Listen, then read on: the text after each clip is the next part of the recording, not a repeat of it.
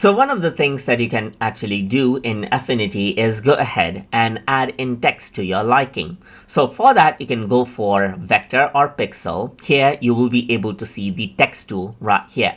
And I can go to the artistic text tool, and once you do that, you can click anywhere and simply type in thing. Let's say, for example, I can type in tube right here, just like this, and this is what you have. You can go ahead and resize it and place it wherever you want.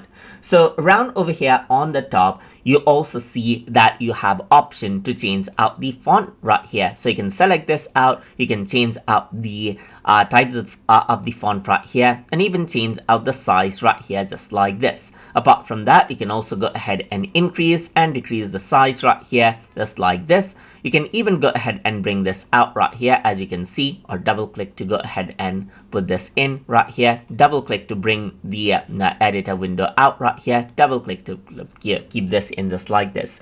So you can see you can bold it, you can italicize it, you can underline it, even use the subscript and superscript right here. So you can work around with the basic formatting as you add in the text right there.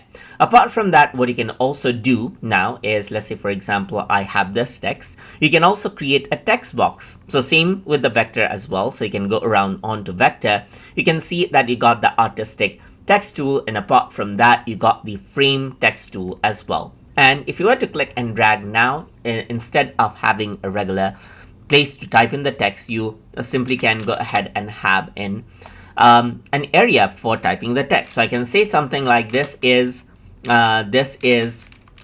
a paragraph right here. So you can go ahead and type this in. Let's say for instance right here, you can go ahead and paste that in, and this is what you have. You can go ahead and resize out the text box, and you can see that this is what you have right here. You can go ahead and then resize the text box out, and as you select the text right here, you can go ahead and increase out and decrease out the size of the text right here, just like this as well. And that is simply how you can go ahead and then add out the text and work around with its basic formatting right here inside of Affinity. So I hope you guys learned something as always. And as always, please like, comment, share, and subscribe.